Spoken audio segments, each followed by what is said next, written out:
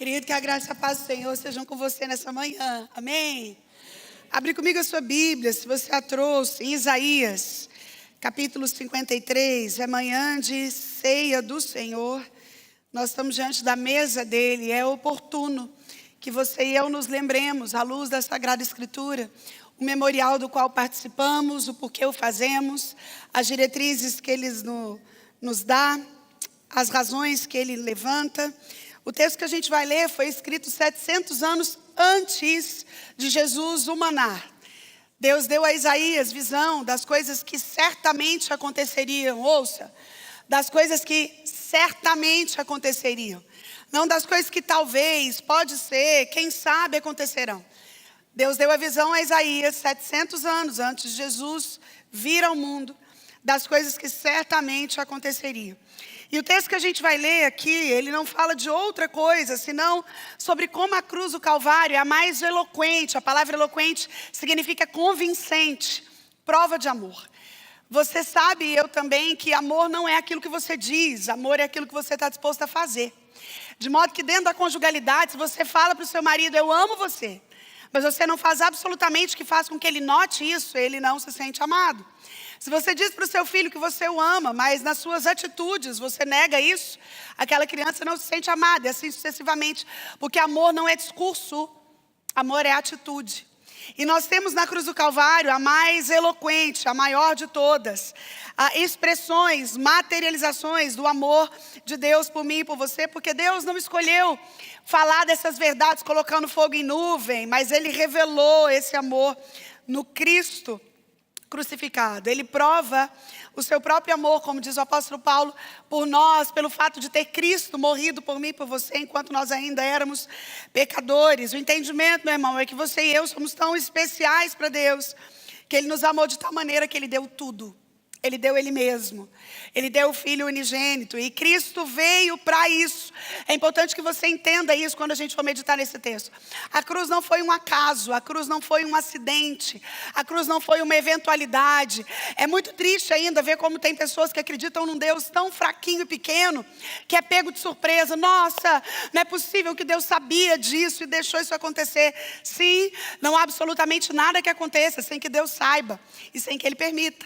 Então a cruz não foi diferente disso, ela não foi um acidente, ela foi um apontamento de Deus desde a eternidade. Cristo veio para morrer, foi morto desde a fundação do mundo, nasceu para ser o nosso substituto, Ele nasceu para ser o nosso representante, Ele nasceu para ser o nosso fiador.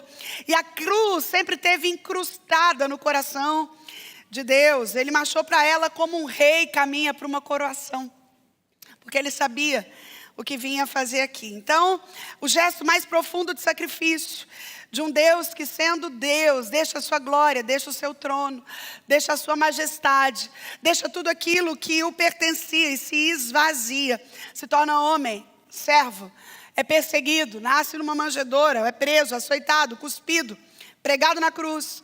Esse sendo Deus se fez homem, esse que sendo Senhor se fez servo, esse sendo santo se fez pecado, esse que sendo bendito se fez maldição, esse que sendo o autor da vida deu a sua vida. E nós vamos ler juntos aqui em Isaías 53, como é que isso aconteceu. E eu não sei se você já leu esse texto antes, mas certamente, se tratando de redenção, nós estamos diante do texto mais importante do Velho Testamento. Isaías capítulo 53, a partir do verso 1, diz assim a palavra de Deus: quem creu em nossa pregação? E a quem foi revelado o braço do Senhor? Porque foi subindo como renovo perante ele, e como raiz de uma terra seca. Não tinha aparência nem formosura. Olhámo-lo, mas nenhuma beleza havia que nos agradasse. Era desprezado e o mais rejeitado entre os homens, homem de dores, e sabe o que é padecer. E como um de quem os homens escondem o rosto, era desprezado, e dele não fizemos caso. Certamente, Ele tomou sobre si as nossas enfermidades, e as nossas dores levou sobre si. E nós o reputávamos por aflito, ferido de Deus e oprimido. Mas Ele foi traspassado pelas nossas transgressões e moído pelas nossas iniquidades. O castigo que nos traz a paz estava sobre Ele, e pelas suas pisaduras nós fomos sarados. Todos nós andávamos desgarrados como ovelhas, cada uma se desviava pelo caminho. Mas o Senhor fez cair sobre ele a iniquidade de todos nós. Ele foi oprimido e humilhado, mas não abriu a boca. Como cordeiro foi levado ao matador, e como ovelha muda perante os seus tosqueadores, ele não abriu a boca. Por juízo, o opressor foi arrebatado, e da sua linhagem, quem dela cogitou? Porquanto foi cortado da terra dos viventes, por causa da transgressão do meu povo. Foi ele ferido. Designaram-lhe a sepultura com os perversos, mas com o rico esteve na sua morte. Porque posto que nunca fez injustiça, nem dolo algum se achou em sua boca. Todavia, ao Senhor agradou moê-lo, fazendo-o enfermar. Quando der ele a sua alma como oferta pelo pecado, verá a sua prosperidade e prolongará os seus dias. E a vontade do Senhor prosperará nas suas mãos. Ele verá o fruto do penoso trabalho da sua alma e ficará satisfeito. O meu servo, o justo, com seu conhecimento, justificará muitos, porque as iniquidades deles levará sobre si. Por isso, eu lhe darei muitos como a sua parte, e com poderosos repartirá ele o despojo. Porquanto derramou a sua alma na morte, foi contado com as transgressões. Contudo, levou sobre si o pecado de muitos, e pelos transgressores intercedeu. Agora eu quero ler com você somente um versículo de João, capítulo 19. João, capítulo 19, verso 30. Diz assim a palavra de Deus. Quando, pois, Jesus tomou o vinagre, disse: tetelestai, está consumado. E inclinando a cabeça, rendeu o Espírito. Vamos orar? Senhor, nós queremos bendizer o teu nome nessa manhã, porque tu és o autor da nossa fé e nós te damos glória. E nós rendemos a ti adoração, louvor, honra, porque tu és o sentido da nossa vida. Tu és o rumo do nosso propósito. Tu és a razão de estarmos aqui como igreja. Pai, que privilégio nos reunimos como igreja. Não permita, Senhor, que nós nos acostumemos com isso. Que tratemos isso como mais um culto. Não, não é mais um culto. É uma oportunidade, Deus, de render ao Senhor tudo aquilo que há em nós. De declarar a nossa gratidão e também a nossa dependência. Por isso, Deus, seja propício a nós nessa manhã. Ache em nós favor. Pai, eu quero clamar que o Senhor também se revele a nós por meio da Tua palavra. Nós queremos e nós precisamos ouvir a Tua voz, uma vez que daqui a poucos minutos, permitindo o Senhor, nós estaremos diante da Tua mesa, do Teu memorial. Pai, não permita que nós façamos isso sem o entendimento correto, concreto, da seriedade, Deus, e também do privilégio de ser chamado Teu povo.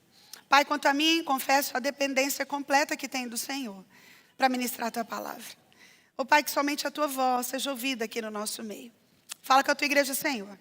É o nosso clamor e a nossa oração no nome santo de Jesus o Cristo. Amém? Entendido isso, como a cruz foi a maior expressão do amor de Deus por mim e por você, eu quero, à luz desse texto, avaliar algumas coisas muito importantes acerca de cruz, que você que é cristão precisa ter em mente quando pensa em cristianismo, porque não há cristianismo sem cruz, não há vida cristã sem cruz. A vida que hoje você e eu levamos, ela tem início, ela se resume, e ela tem o destino na cruz do Calvário, de modo que não entender a cruz é andar solto naquilo que a rotina, a vida e o direcionamento cristão propõem para mim e para você. E esse texto nos dá algumas clarezas fundamentais acerca da cruz. E a primeira delas é quem foi que levou Jesus à cruz. Eu sei que dependendo da forma como você vê, ou alguns filmes que talvez você tenha assistido, você entenda que alguns fatores externos tenham sido os responsáveis por colocar Jesus na cruz. Mas, meu irmão, a morte de Jesus, ela não foi determinada por fatores circunstanciais. Cristo não foi morto porque os sacerdotes o prenderam. Cristo não foi morto porque Judas deu nele um beijo de traição. Cristo não foi morto porque o Sinédrio sentenciou. Cristo também não foi morto porque Pilatos, ao lavar as mãos, colocou ele lá. Cristo também não foi morto pela acusação dos judeus. Cristo não foi morto porque Jesus negou ele. Cristo também não foi morto porque os soldados pregaram nele a cruz. Pastora Sara, se não foi por isso, foi por quê, meu irmão? O que levou Jesus à cruz foi o meu e o seu pecado. Olha o que diz o verso 5 do texto. O texto vai dizer assim: Mas ele foi traspassado pelas nossas transgressões. A palavra transgressão é uma tradução melhor de pecado contumaz, e moído pelas nossas iniquidades. Sabe o que é iniquidade, meu irmão? Pecado programado, é aquele pecadinho de estimação, é aquela coisinha do tanto faz, ai, mas é só isso que eu faço, mas é só um negocinho. A Bíblia diz que foi isso, que habita em mim, você que o moeu. Se a gente ler o verso 8, parte B, diz assim, ó: porquanto foi cortado da terra dos videntes, por causa da transgressão do meu povo, ele foi ferido. Se a gente vai para o verso 12, o verso 12 diz assim: por isso eu lhe darei muitos como sua parte, e com poderosa repartirá o despojo, porquanto derramou a sua alma na morte, e foi contado com os transgressores. Contudo, levou sobre si o pecado de muitos. Querido, o que pregou Jesus naquela cruz foi o meu e o seu pecado, a minha e a sua iniquidade, a minha e a sua transgressão. Eu sei que você, às vezes, dependendo de quem você ouve na internet, é tendencioso a acreditar que você é, assim, um cuti-cuti de Deus, porque Deus está pegando o boi que você serve Ele, né? Afinal de contas, você tem tanta coisa para fazer, você é uma pessoa tão ocupada, você tem tantos a fazer, seu coração é tão bondoso. Então, assim, ó Deus, o Senhor pega o boi, viu? Se eu, em pleno feriado de 4 de julho, estiver no culto, o Senhor está pegando o boi. Ó Deus, assim, eu sou um camarada tão gente boa que aquela igreja pega o boi, querida, essa não é a ideia da cruz. Aquilo que leva Jesus à cruz é aquilo que é muito feio em mim e você. E acredite, infelizmente isso não mudou. Você e eu, até por ocasião da nossa justificação ou da nossa glorificação, vivemos num mundo caído, opresso pela presença do pecado, e caminhamos rumo a um tempo onde a glorificação tirará de nós esse pecado. Mas aquilo que cola Jesus à cruz, o que mata Jesus não foi o açoite, não foi o soldado, não foi o suplício, fomos nós, os nossos pecados. Ele morreu por mim e por você, ele foi moído por mim e por você. Na cruz ele sorveu o cálice da ira de Deus sobre o pecado, ele foi feito pecado por nós, a espada da lei cai sobre ele, porque ele foi o nosso substituto. Sabe o que eu quero que você entenda? A cruz era para mim, a cruz era para você. Não era ele que deveria estar ali, mas ele estava. Mas quem levou Jesus à cruz, além dos nossos pecados? O próprio Pai o levou à cruz. Olha o que diz o verso 6 do texto, diz assim: todos nós andávamos desgarrados como ovelhas, cada um se desviava pelo caminho, mas o Senhor, de novo, não há acaso na cruz. Eu te disse que esse texto foi escrito 700 anos antes de Jesus pisar na terra. E aqui Isaías vai dizer: o Senhor fez cair sobre ele a iniquidade de todos nós. Verso 10, todavia ao Senhor agradou moê-lo, fazendo-o enfermar. Verso 4, parte B, e nós o reputávamos por aflito, ferido de Deus e oprimido. Além dos nossos pecados, o próprio Pai o leva à cruz. Jesus não foi à cruz porque a multidão sedenta gritou: crucifica-o. Jesus também não foi à cruz porque os sacerdotes colocaram ele ali por inveja, por ganância, porque Pilatos sentenciou por covardia. Jesus vai à cruz porque o Pai o entregou por amor. Querido, Deus ama você. E há uma busca no meu e no seu coração desesperada por amor. Todos nós, mesmo quando não reconhecemos, buscamos amor.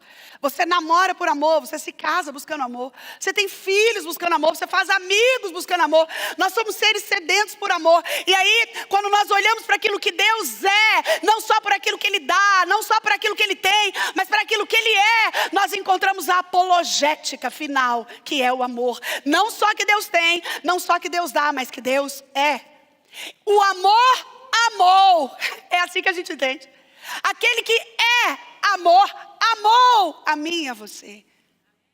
Por isso deu um anjo qualquer, o melhor dos serafins, o que estava no 01 da escala celestial, não. Ele amou de tal maneira, e esse de tal maneira no grego é uma expressão de tamanha intensidade que a gente não consegue traduzi-lo para o português. Quando você lê porque Deus amou o mundo de tal maneira aqui parece tolo se você passa despercebido, mas a expressão no grego é uma expressão de profundidade, de intensidade, uma palavra que o português nem consegue traduzir. Jesus amou grandemente, exclusivamente, intensamente, um amor absurdo que deu o seu filho para morrer no meu e no seu lugar.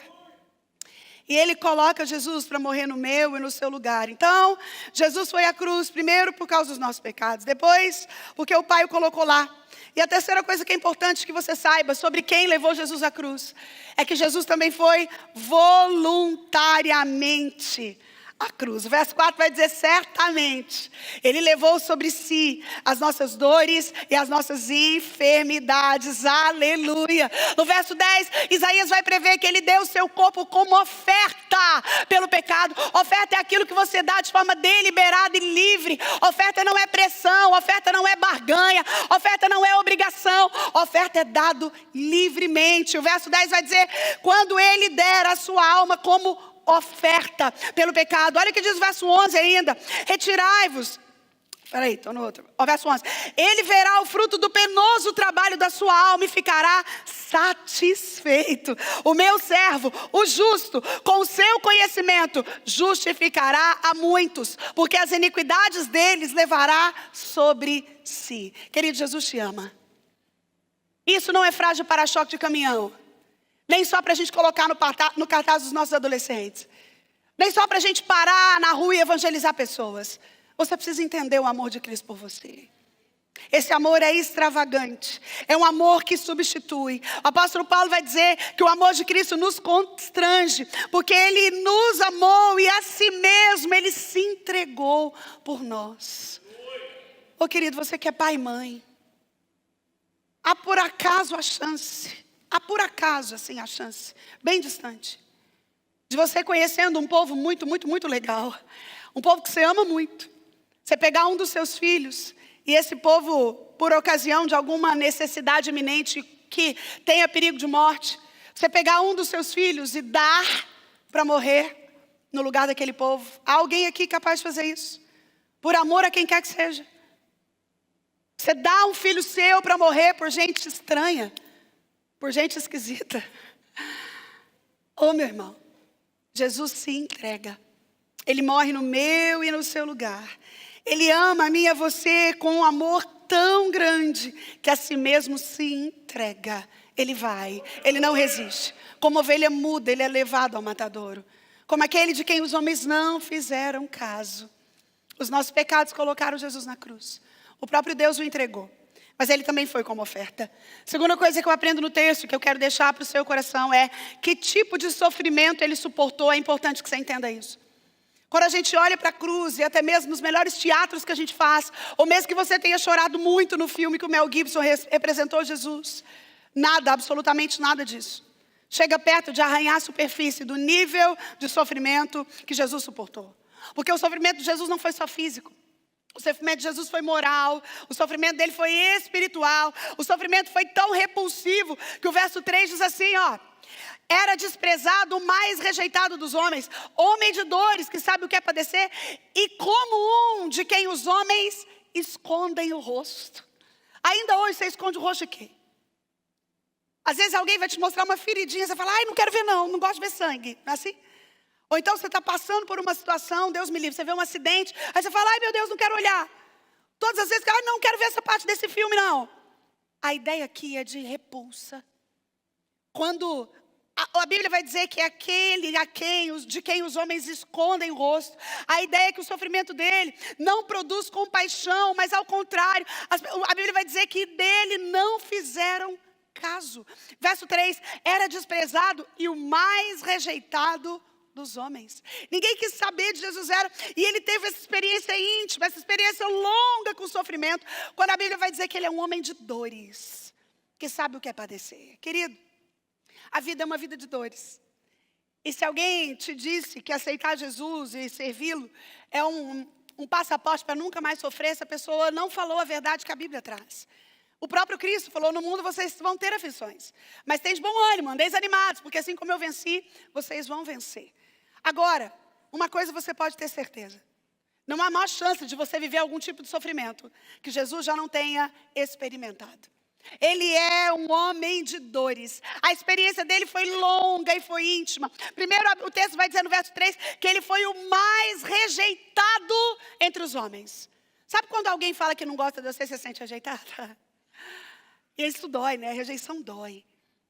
Mas a Bíblia vai dizer que ele foi o mais rejeitado entre os homens. Eu poderia ficar aqui uma manhã inteira só te lembrando quem rejeitou Jesus. Em primeiro lugar, a Bíblia diz que ele veio para os que eram seus e os seus não o receberam. Ele foi rejeitado pelos religiosos. Aí eles olhavam para ele e falavam: é fanático, é lunático, é mentiroso. Ele foi rejeitado pela multidão que o aplaudiu. A mesma multidão que viu ele fazendo milagre, ressuscitando morto, depois grita: crucificam.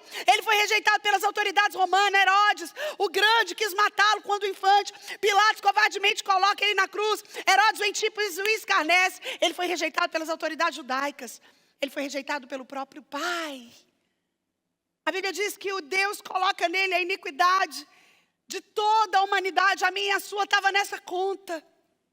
E o sofrimento dele chegou tão agudo uma hora, que ele mesmo ali com propósito, mesmo tendo se entregado como oferta, sendo 100% Deus, mas sendo 100% homem, diante das agonias que lhe estavam propostas, ele olha para o Pai e fala: Pai, se for possível, passa de mim esse cálice. O que Jesus estava dizendo é: está pesado demais. Ser o mais rejeitado, ser rejeitado até pelo Pai. E aí Deus então olha para ele, e ele então olha para Deus e fala: contudo, que não se faça a minha, mas a sua vontade. Numa outra ocasião, ainda nessas angústias, Jesus olha para Deus e fala: Deus meu, por que me desamparaste? Você sabe por que a sensação de Jesus era de desamparo, querido? Porque Deus não faz conluio com o pecado. E quando Jesus carregava o pecado de toda a humanidade, Deus o abandonou. E Jesus sente esse desamparo, a ponto de falar: Deus meu, por que me desamparaste? E ainda hoje ele é rejeitado, querido. Todas as vezes que você peca, você rejeita Cristo de novo. Todas as vezes que você não vigia, você rejeita Cristo de novo. Todas as vezes que você faz o que não deveria fazer, você e eu rejeitamos Ele de novo. Ainda hoje Ele é ultrajado por mim e por você, quando a gente coloca os pés em lugares que não deveríamos colocar, por causa da aliança que Ele fez conosco. Mas Ele não enfrentou só a rejeição, Ele efetuou a humilhação. O verso 3 vai dizer: aquele de quem os homens escondem o rosto. Foi todo tipo de humilhação. O sinédrio cuspiu nele. Os soldados humilharam açoitando, rasgando o corpo com açoites, colocando na cabeça dele uma coroa de espinho. E não, a coroa de espinho que estava na cabeça de Jesus não é essas que a gente usa para teatro, que tem espinho por fora, mas é redondinha por dentro. A coroa de espinho de Jesus, ela era lotada de espinhos por dentro, espinhos fortes, não espinho que se quebra com uma mão, espinhos fortes que, ao serem colocados na cabeça, causaram perfurações. Foi esse o sofrimento que Jesus foi sujeito a. Ele foi humilhado pelo vozeiro da multidão ao pé da cruz. Ele foi humilhado até a morte, morte de cruz. A morte de cruz era uma morte por si só humilhante. Para morrer pela cruz, para morrer morte de cruz, o homem tinha que ter feito as piores coisas naquele tempo. Ele foi humilhado quando ele falou que estava com sede. E deram a ele vinagre para cravar nele a tortura a qual ele estava submisso. Mas não foi só isso. Esse Cristo suportou o sofrimento físico, além de rejeição, além da humilhação. O verso 2 diz assim, porque foi subindo como renovo perante ele, e como raiz de uma terra seca, não tinha aparência nem formosura. Olhámo-lo, mas nenhuma beleza havia que nos agradasse. Em outras versões, diz que ele estava com um semblante desfigurado. Não é porque a pessoa de Jesus era feia, querido. A ideia de não ter beleza aqui não é um padrão de beleza meu e seu. A ideia de não ter aparência de formosura não é porque ninguém olhava para ele e falava: ele é um gatão, não. É porque a feiura moral, minha e sua, estava sobre ele. Todo o pecado horrendo da humanidade estava carregado nele. O rosto fica desfigurado. Ele foi feito pecado, ele foi feito maldição. E aí, o corpo dele foi ferido, ele fica ensanguentado. O corpo se torna cheio de hematoma, foi de chagas. Toda a nossa tragédia foi lançada nele. E ele se sujeita a torturas crudelíssimas. Olha o verso 5 do texto. Mas ele foi traspassado pelas nossas transgressões e moído pelas nossas iniquidades. Querido, isso aqui não é exagero poético. A visão que Isaías teve foi precisa. E absolutamente cada nomenclatura que Isaías utiliza para falar do tipo de ferida que Jesus teve, ele teve em seguida. Uma vez eu vi um cirurgião avaliando as durezas ou o nível das fraturas que Jesus sofreu na cruz. E ele foi colocando isso. Ele falou, olha, Jesus sofreu contusão. O que é contusão? Dizia esse médico. É uma ferida produzida por um instrumento grosso e cego. Essa ferida resultaria num golpe com vara, como Miqueias 5:1 profetizou. Miqueias diz assim, ferirão com vara a face do juiz de Israel. Mateus 26 diz, o esbofetearam. E João 18:22, um dos guardas deu uma bofetada em Jesus, isso é contundir. Mas além, laceração, Jesus sofreu feridas lacerais. O que é isso? É um ferimento produzido por um instrumento que rasga. A laceração dos tecidos era resultado dos açoites, porque os açoites daquele tempo, querido, do chicote romano, era uma tira de couro com várias extremidades, e em cada extremidade tinha uma ponteira de metal, de modo que quando se lançava um açoite, aquilo grudava na pele, quando se retirava, saía pele com tecido, com tudo junto, e a Bíblia diz que ele foi lacerado. Ele foi várias vezes açoitado, a carne dele foi rasgada, porque Pilatos toma Jesus e manda açoitá-lo, mas não foi só isso. Tem um outro tipo de ferida que se chama penetração. E essa penetração é um ferimento profundo, causado por um instrumento pontiagudo. Esse ferimento foi causado pela coroa de espinhos que fez sangrar a cabeça dele, João 19:2 diz. Essa coroa que entra na cabeça e derrama sangue sobre o rosto. Mateus 27 diz que tomaram um caniço e davam-lhe com ele na cabeça. Mas não foi só isso. Jesus também sofreu incisão. Sabe o que é incisão? É um corte produzido por um instrumento pontiagudo e cortante. Lá em João 19:34 diz, um dos soldados lhe abriu o lado com uma lança e logo saiu sangue e água, de modo que todas as profecias acerca do machucado, do açoite, o rosto ensanguentado, empreendido na longa caminhada do Calvário, a fonte dele ferindo, sangrando, o corpo dele febril, latejava debaixo dessas chicotadas, dos empurrões, e começa uma marcha para a morte e para o juízo, para a qual o nosso mestre vai sem titubear. Querido, ele conhece o sofrimento físico. O que ele sofreu foi tão pesado que a Bíblia diz que o inferno entrou em convulsão. Sabe quando você canta aqui, a terra escureceu? Isso não é música bonita não, querida. A Bíblia é quem diz. Houve trevas às 3:00. O mundo para, o mundo convulsiona. Houve trevas sobre a terra por ocasião da morte de Jesus. A Bíblia diz que o sol cobriu o rosto de vergonha. As pedras se arrebataram nos vales e os túmulos foram abertos. Isaías 53:5 aqui diz que ele foi ferido. E esses ferimentos foram proféticos aqui no capítulo 5, 700 anos antes. Isaías está dizendo, esse homem será ferido. Isso há de acontecer. Querido, eu te falei primeiro quem levou Jesus à cruz, que tipo de sofrimento ele suportou. E agora eu quero falar com você como é que Jesus reagiu diante desse drama de sofrimento. Sendo ele o nosso modelo. Eu sei que você e eu temos diversas dificuldades de lidar com dramas humanos, com sofrimentos, aquilo que a gente nomeia como sofrimento na própria vida que nós temos. Mas Jesus teve uma postura diante do sofrimento que a gente vai olhar para ele aqui. Em primeiro lugar, ele se entregou como sacrifício. Ele não fugiu do sofrimento. A morte dele foi substitutiva, ele foi na cruz no meu e no seu lugar. Nós que deveríamos ter suportado aqueles açoites, era para nós. Nós quem deveríamos ter carregado a cruz. Mas ele tomou o nosso lugar e, meu irmão, ele não tinha pecado. Olha o que diz o verso 9 de Isaías. Designaram-lhe a sepultura com os perversos, mas com o rico esteve na sua morte. Olha como isso aqui se cumpriu, em gênero, número e grau. Porque o corpo de Jesus foi dado a um rico, um homem muito rico. Falou, peraí. Naquela época, querido, para ter um túmulo para enterrar os seus mortos, a família tinha que ser muito rica. E José de Arimateia foi esse homem. Ele se apresentou, um homem muito rico naquele tempo, e falou, eu quero dar o meu túmulo para enterrar esse aí. Se cumpriu o que Isaías falou 700 anos antes. Com o rico esteve na sua morte. Posto que nunca fez injustiça, nem dolo algum se achou na sua boca. Querido, não tinha pecado nele. Você pode dizer amém? Nenhum pecado. Dolo algum, nenhuma injustiça.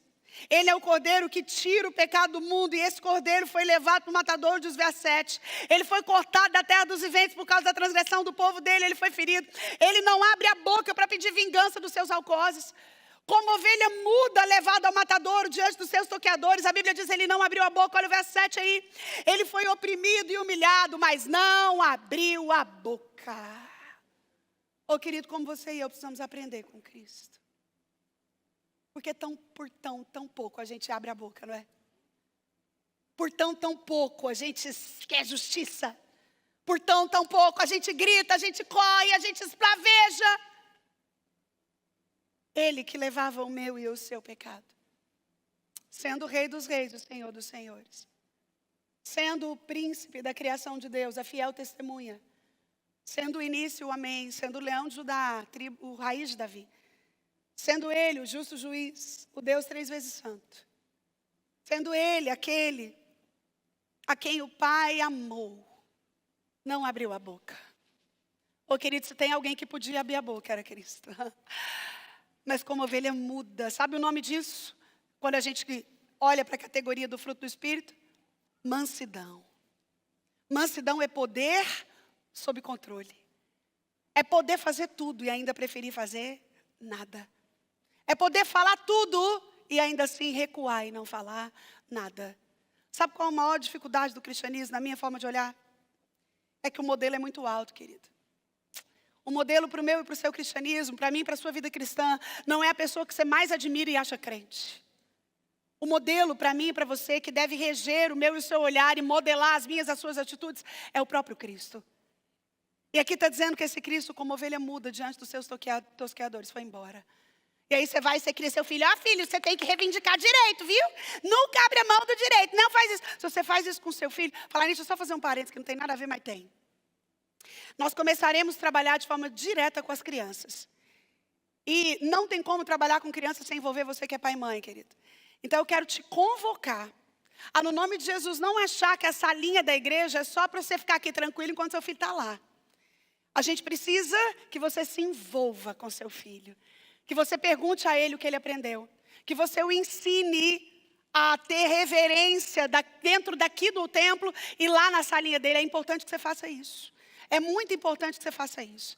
Nós estamos nos organizando como igreja para que seu filho receba o melhor quando ele for para lá. Mas aquilo que constrói a importância do que ele vai viver aqui nele é você, lá na sua casa. Amém, querido?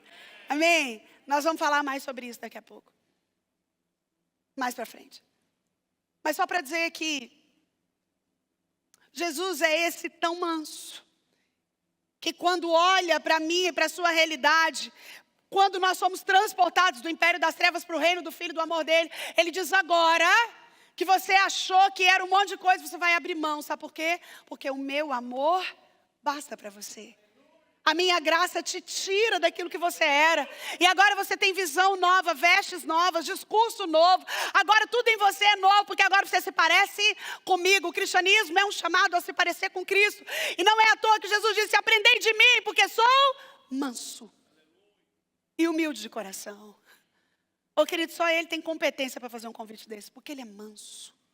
Na cruz ele revelou sua mansidão. E ele não só não abriu a boca, como ele intercedeu por quem estava matando ele. Olha o verso 12. Por isso eu lhe darei muitos como a sua parte, e com os poderosos repartirá ele o despojo. Porquanto derramou a sua alma na morte, foi contado com os transgressores. Contudo, levou sobre si o pecado de muitos, e pelos transgressores intercedeu. Isso aqui que Isaías falou que ia acontecer se cumpre quando Jesus, lá morrendo, fala, Pai, perdoa-lhes. Eles não sabem o que fazem. Ô querida, é impossível entender a cruz sem ler Isaías 53. Absolutamente tudo o que aconteceu lá foi predito aqui. Isaías vai dizer que ele intercederia, ele intercedeu por aqueles que estavam colocando ele na cruz. Em vez de se vingar, em vez de falar impropérios, em vez de xingar, em vez de despejar libelos acusatórios contra os algozes bestiais, Jesus intercede, ministra o amor dele, ministra o perdão dele, ele intercede, ele atenua a culpa. E ainda hoje ele faz isso por mim e por você. Não é à toa que nós oramos em nome de Jesus. Nós oramos em nome dele, porque ele continua sendo o meio pelo qual Jesus perdoa a mim e a você. Não cometa a insanidade de orar sem ser pelo nome de Jesus. As coisas acontecem pelo nome de Jesus. É pelo sacrifício do Filho. Diz a canção que ele morreu a nossa morte para vivermos sua vida. Isso também não é poesia, é fato. E eu encerro. Nós entendemos aqui em Isaías 53, quem levou Jesus à cruz, que tipo de sofrimento ele suportou, como ele reagiu e, em último lugar, qual foi a recompensa da cruz. Em primeiro lugar, quando a gente pensa em recompensa, a gente se lembra que Jesus venceu a morte. Você pode dizer amém? Ei, querido, Jesus venceu a morte. É importante que você saiba disso. O túmulo vazio é o berço da igreja. Se Jesus não tivesse ressuscitado, não faria sentido estarmos aqui. Se Jesus tivesse morto na cruz, ou tivesse enterrado, ou o fim dele tivesse sido túmulo gelado, não faria sentido nós estarmos aqui. Mas porque ele venceu a morte, porque ele tira o aguilhão da morte, porque ele mata a morte agora não tem a última palavra. Ela foi tragada pela vitória. O verso 10 diz assim, ó: ele verá a sua posteridade e prolongará os seus dias, e a vontade do Senhor prosperará nas suas mãos. Sabe por quê? Porque ele ressurgiu e hoje ele está vivo. Aleluia! Aleluia! Jesus venceu a morte, rompe o grilhão da morte, abriu o túmulo de dentro para fora, escute isso. Ele abriu o túmulo de dentro para fora. A ressurreição dele não foi promovida. E com isso ele nos conquista. Ele nos conquista para si, mas além disso, ele nos conquista para a imortalidade. Oh, querido, você e eu não passaremos pela segunda morte. Ainda que o nosso corpo passivo de dores encontre um dia um túmulo gelado, lá não será o nosso lugar. O fim último de um cristão não é um túmulo, é a eternidade. Jesus conquistou isso para mim e para você, mas mais que isso. Outra recompensa da cruz foi que ali ele remiu um povo para Deus. O verso 11 diz assim: ele verá o fruto do penoso trabalho da sua alma e ficará satisfeito. O meu servo justo, com o seu conhecimento, justificará a muitos, porque as iniquidades deles levará sobre si. Sabe o que o texto está dizendo aqui? Com isso ele comprou todo o povo de língua, raça, nação, que não é só mais o Israel geográfico de Deus, mas agora nos adotou para sermos um povo chamado povo dele. Ele tirou você e eu da escravidão, da maldição, do império das trevas, da potestade de Satanás, do jugo do pecado. E agora nós somos livres porque somos filhos de Deus. Aleluia. A cruz nos redime. Agora nós não somos chamados amigos, agora nós somos chamados filhos, herdeiros, adotados numa família, pertencentes a uma mesa. E é isso que dá sentido ao memorial que você e eu participaremos. E sem esse entendimento, isso aqui é só culto social. Sem a compreensão do que há de acontecer daqui a alguns minutos. Isso é só um rito mensal. Tem crente que mata qualquer culto, mas não mata o culto de ceia, já viu? Ele acha que ele não precisa ir na igreja mais não, mas ceia a cara dele, ele aparece aqui. Porque ele tem medo, ele acha que tem um negócio. Ô querido, enquanto você não entender o que a mesa de fato representa e por que ela é importante, porque ela não só deve te dar entrada ao culto dela, mas ela deve ser o desejo que te move a estar aqui em todas as oportunidades que você puder. Em todas. Porque o entendimento é o amor. A mesa te inclui quando você e eu devíamos estar longe. A mesa nos cura quando nós estamos enfermos. A mesa nos aproxima quando nós estamos afastados. Por isso que ela é memorial daquilo que Jesus fez. E aí, ele não só remia um povo, mas ele também chama um povo para ser dele. O verso 11 diz que ele verá o fruto do penoso trabalho e a alma dele ficará satisfeita. Lá em Hebreus, o autor de Hebreus, no capítulo 12, no verso 2, ele diz que o qual, em troca da alegria que lhe estava proposta, suportou a cruz, não fazendo caso da ignomínia. Sabe o que é isso? Quando ele olha para aquilo que aconteceria depois que ele morreria na cruz. E querido, o que aconteceria depois que ele morresse na cruz? Você e eu nos rendiríamos a ele. Isso traria alegria, satisfação para a alma de Cristo. Você é rendido a esse Deus. Você se rende a Ele. Porque a gloriosa recompensa da cruz é você. É o seu arrependimento. É a sua volta para Ele, é a sua conversão. Todas as vezes que alguém rejeita a cruz, essa pessoa crucifica Jesus de novo, cospe no rosto dele de novo. Mas quando você e eu recebemos, isso traz alegria. Cristo suportou tudo para conquistar você e eu, porque Ele ama a mim e a você. E você e eu somos a grande recompensa que Ele teve da cruz do Calvário. É por isso que ainda hoje, todos os dias, o Pai quer trazer pessoas a Jesus, você e eu a Jesus. Sabe, ao longo da história, muitos homens têm dito frases tão importantes que marcaram décadas, que fizeram tantas e tantas pessoas se renderem e replicarem isso. Eu me lembrei de algumas de homens importantes no Brasil que disseram coisas importantes. Duque de Caxias, na Batalha de Tororó, disse, sigam-me todos que são brasileiros. E todo mundo, eu sou brasileiro e eu vou atrás dele. Júlio César, no ano 49, na Batalha de Rubicão, disse, a sorte está lançada. E todo mundo ficou ali, ele é corajoso. Dom Pedro I, em 1922, às margens do Ipiranga, grita independência ou... Você sabe disso, né? Ele grita lá, independência ou morte. Mas o nosso Cristo, aquele que morreu no meu e no seu lugar, ele fala aquilo que eu li em João 19, 30. Quando ele toma o vinagre, ele olha ao redor dele e ele diz, está consumado. E diferente dessas outras frases, de tantas outras frases de efeito, que homens e mulheres têm falado ao longo da sua história, que têm arrastado centenas de pessoas para reutilizá-las em situações específicas. O está consumado de Jesus, ele traz tantas coisas e aqui eu encerro. O está consumado de Jesus diz, eu consegui o que nenhum animal ou sangue antes de mim conseguiu. O está consumado de Jesus diz, eu terminei o quê? A grande obra do meu ministério terreno, aquilo que eu vim para fazer, eu terminei. O tetelestai, o está consumado, diz, eu cumpri o quê?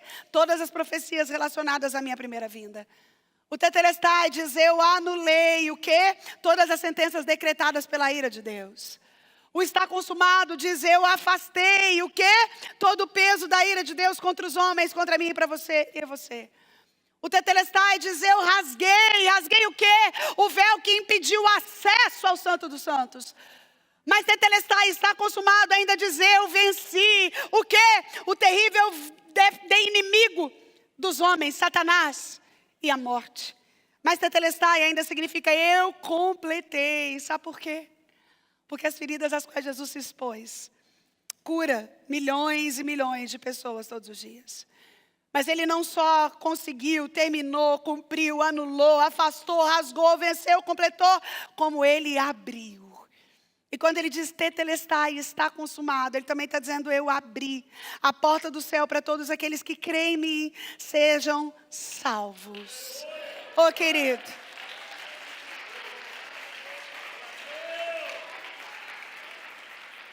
Ainda hoje a porta está aberta. Ainda hoje tudo isso que Jesus fez está disponível a você. É um amor superlativo, é um amor grandioso. Mas todos os dias você pode escolher o que você faz de Jesus chamado Cristo. O tetelestai também lembra que ele é suficiente. Eu sei que muitas vezes, principalmente na nossa geração, já disse isso aqui, o maior artifício do diabo para o nosso tempo não é fazer com que as pessoas parem de falar de Jesus. É fazer parecer que ele não é suficiente. E aí a gente tem crente dentro da igreja achando que precisa fazer um monte de coisa e tantas outras coisas. E buscar Jesus mais um negocinho. Jesus mais uma paizinha. Jesus mais um incensozinho. Jesus mais um signozinho. Diferente de todas as outras frases ditas por qualquer que seja as pessoas ao longo da história. O tetelestai se resume em estar consumado. Quem tem um filho, tem a vida.